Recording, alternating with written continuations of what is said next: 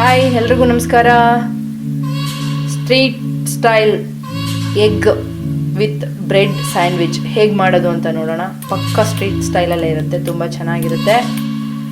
ಅದಕ್ಕೆ ಏನೇನು ಬೇಕು ಇಂಗ್ರೀಡಿಯೆಂಟ್ಸ್ ಅಂತ ನೋಡ್ಬಿಡೋಣ. ಫಸ್ಟು ನಾನಿಲ್ಲಿ ಕೊತ್ತಂಬರಿ ಸೊಪ್ಪು ತೊಗೊಂಡಿದ್ದೀನಿ, ಒಂದು ಅರ್ಧ ಕಪ್ಪಷ್ಟು ಸಬ್ಬಕ್ಕಿ ಸೊಪ್ಪು, ಒಂದು ಅರ್ಧ ಕಪ್ಪಷ್ಟು ಹಸಿ ಮೆಣಸಿನ್ಕಾಯಿ, ಇದು ಆದರೆ ರೆಡ್ ಕಲರ್ ಇರುವಂಥದ್ದು, ಒಂದು 5ರಿಂದ 6 ಚಾಪ್ ಮಾಡಿ ಇಟ್ಕೊಂಡಿದ್ದೀನಿ.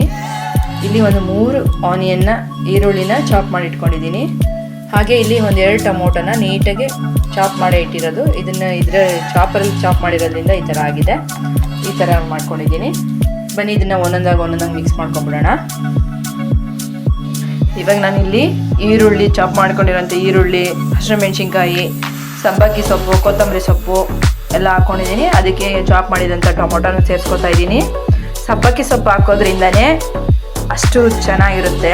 ಯಾಕಂದರೆ ಸ್ಟ್ರೀಟ್ ಕಡೆ ರಸ್ತೆ ಕಡೆ ಮಾಡುವಂಥದ್ದು ಘಮ್ ಅಂತಿರ್ತದೆ ನೋಡಿ. ಆ ಸಬ್ಬಕ್ಕಿ ಸೊಪ್ಪು ಹಾಕಿದರೆ ಅದು ಒಂಥರ ಘಮ ಬರುತ್ತೆ, ಅದೊಂಥರ ಟೇಸ್ಟ್ ಸಿಗುತ್ತೆ. ಹಾಗಾಗಿ ನಾನು ಸಬ್ಬಕ್ಕಿ ಸೊಪ್ಪನ್ನ ಆ್ಯಡ್ ಮಾಡ್ಕೊಂಡಿದ್ದೀನಿ. ಈಗ ಇದಕ್ಕೆ ಉಪ್ಪು ಮತ್ತು ಗರಂ ಮಸಾಲ ಮತ್ತು ಸ್ವಲ್ಪ ಧನಿಯಾ ಪುಡಿ ಎಲ್ಲ ಸೇರಿಸ್ಕೊಳ್ಳೋಣ. ನೆಕ್ಸ್ಟ್ ನಾನು ಇದಕ್ಕೆ ಒಂದು 1/4 ಟೀ ಸ್ಪೂನಷ್ಟು ಅರಿಶಿನ ಹಾಕೋತಾ ಇದ್ದೀನಿ. 1 ಟೀ ಸ್ಪೂನಷ್ಟು ಗರಂ ಮಸಾಲ, ನೆಕ್ಸ್ಟು ಒಂದು ಅರ್ಧ ಟೀ ಸ್ಪೂನಷ್ಟು ಧನಿಯಾ ಪೌಡ್ರು, ನೆಕ್ಸ್ಟು ರುಚಿಗೆ ತಕ್ಕಷ್ಟು ಉಪ್ಪು ಸೇರಿಸ್ಕೊತಾ ಇದ್ದೀನಿ. ಇದನ್ನಿಷ್ಟು ಮಿಕ್ಸ್ ಮಾಡ್ಕೊಬಿಡೋಣ. ಫಸ್ಟು ಮೊಟ್ಟೆ ಒಡೆಯೋಕ್ಕೂ ಮುಂಚೆ ಇದನ್ನು ಮಿಕ್ಸ್ ಮಾಡಿಕೊಂಡ್ರೆ ತುಂಬ ಚೆನ್ನಾಗಿ ಮಿಕ್ಸ್ ಆಗುತ್ತೆ ಅಂತ ನಾನು ಆವಾಗಿನ ಮೊದಲೇ ವಿಡಿಯೋ ಟಿಪ್ಸಿಂದನೂ ಹೇಳ್ತಾನೆ ಇದ್ದೀನಿ. ಇವಾಗ ಇದು ಮಿಕ್ಸ್ ಮಾಡ್ಕೊಂಡು ಇದಾಗಿದೆ. ಇದಕ್ಕೆ ಮೊಟ್ಟೆ ಸೇರಿಸ್ಕೊಳ್ಳೋಣ. ಇವಾಗ ಇದು ಹೊಡ್ಕೊಂಡಿದ್ದಾಗಿದೆ ಮೊಟ್ಟೆನ. ನಿಮ್ಗೆ ಎಷ್ಟು ಬೇಕೋ ಅಷ್ಟು ಹೊಡ್ಕೊಳ್ಳಿ, ಎಷ್ಟು ಜನಕ್ಕೆ ಹಾಕಬೇಕು ಅಂತ ನೋಡಿಕೊಂಡು. ನಾನು ಇಲ್ಲಿ 4 ಜನಕ್ಕೆ ಹಾಕ್ಕೊಂಡಿದ್ದೀನಿ. ಇದನ್ನು ಮಿಕ್ಸ್ ಮಾಡ್ಕೊಬಿಡೋಣ.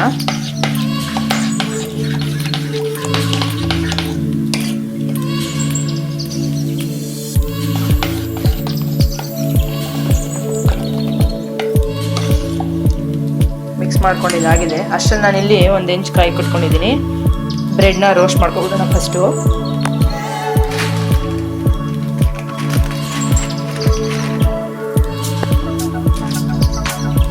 ನಾನು ಏನೂ ಹಾಕ್ತಾಯಿಲ್ಲ, ಎಣ್ಣೆ ಅಥವಾ ತುಪ್ಪ ಏನೂ ಹಾಕ್ತಾಯಿಲ್ಲ, ಬೆಣ್ಣೆ ಏನೂ ಹಾಕ್ತಿಲ್ಲ, ಹಾಗೆ ರೋಸ್ಟ್ ಮಾಡ್ಕೊತಾ ಇದ್ದೀನಿ. ಬೇಕು ಅಂದರೆ ನೀವು ಆ್ಯಡ್ ಮಾಡ್ಕೋಬೋದು.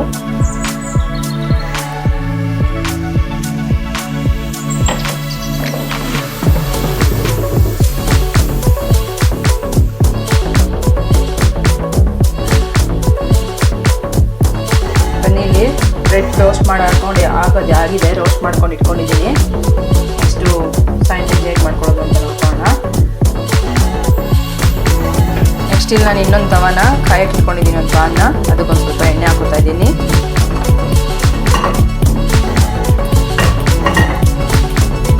ನೆಕ್ಸ್ಟು ನಾನು ಇದಕ್ಕೆ ಆಮ್ಲೆಟ್ ಹಾಕೋತಾ ಇದ್ದೀನಿ. ಫಸ್ಟು ಸ್ವಲ್ಪ ಅಗಲ ಸ್ಪ್ರೆಡ್ ಮಾಡ್ಕೊಳ್ಳೋಣ.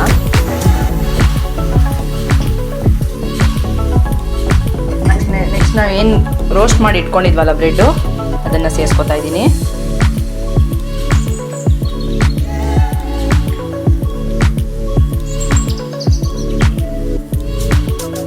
ಮತ್ತೆ ಮೇಲೊಂದು ಸ್ವಲ್ಪ ಆಮ್ಲೆಟ್ ಹಾಕೋತಾ ಇದ್ದೀನಿ, ಮಿಕ್ಸ್ ಮಾಡ್ಕೊಂಡಿದ್ದು.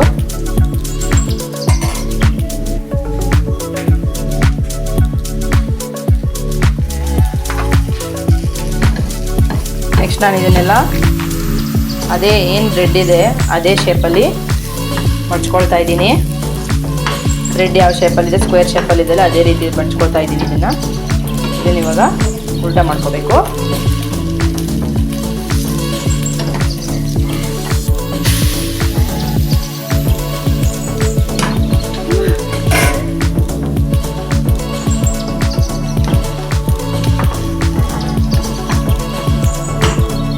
ಸ್ವಲ್ಪ ನಿಧಾನಕ್ಕೆ ಕಮ್ಮಿ ಉರಿಲೇ ಬೇಯಿಸ್ಕೋಬೇಕು, ಇಲ್ಲಾಂದರೆ ಒಳಗಡೆ ಬೆಂದಿರಲ್ಲ. ನಿಧಾನಕ್ಕೆ ಕಡಿಮೆ ಉರಿನ ಬೇಯಿಸ್ಕೊಳ್ಳಿ, ಚೆನ್ನಾಗಿ ಬೆಂದಿರ್ತದೆ. ಹಾಗೆ ನಾನು ಇನ್ನೊಂದು ಪೀಸ್ ರೋಸ್ಟ್ ಮಾಡಿದಂಥ ಬ್ರೆಡ್ ತೊಗೊಂಡು ಇದನ್ನು 4 ಭಾಗ ಮಾಡ್ಕೊಬಿಡೋಣ. ಫಸ್ಟು ಇವಾಗ ಇದು 4 ಭಾಗ ಮಾಡ್ಕೊಂಡಾಗಿದೆ. ಬನ್ನಿ ಇವಾಗ ಇದನ್ನು ನಾವೇನು ಮಿಕ್ಸ್ ಮಾಡ್ಕೊಂಡಿದ್ವಲ್ಲ ಆಮ್ಲೆಟ್ದು ಮಿಕ್ಸ್ಚರು ಅದಕ್ಕೆ ಹಚ್ಕೊಳ್ಳೋಣ. ಇವಾಗ ನಾನು ಇದನ್ನು ಮೊಟ್ಟೆ ಒಳಗಡೆ ಹಚ್ಕೊತಾ ಇದ್ದೀನಿ.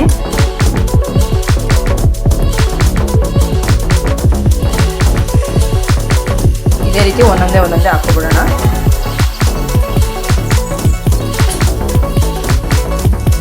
ಈ ರೀತಿ ಡಿಫ್ರೆಂಟಾಗಿ ಮಾಡ್ಕೊಡೋದ್ರಿಂದ ಮಕ್ಕಳು ಸ್ನ್ಯಾಕ್ಸ್ ಈವ್ನಿಂಗ್ ಟೈಮಲ್ಲೂ ಮಾಡ್ಕೊಡ್ಬೋದು.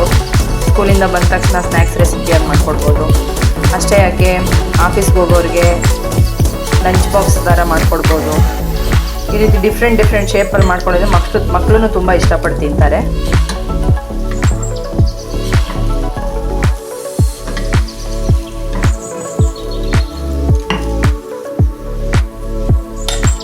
ರೆಡಿಯಾಗಿದೆ ಇವಾಗ. ಇದನ್ನು ಕಟ್ ಮಾಡ್ಕೊಳ್ಳೋಣ.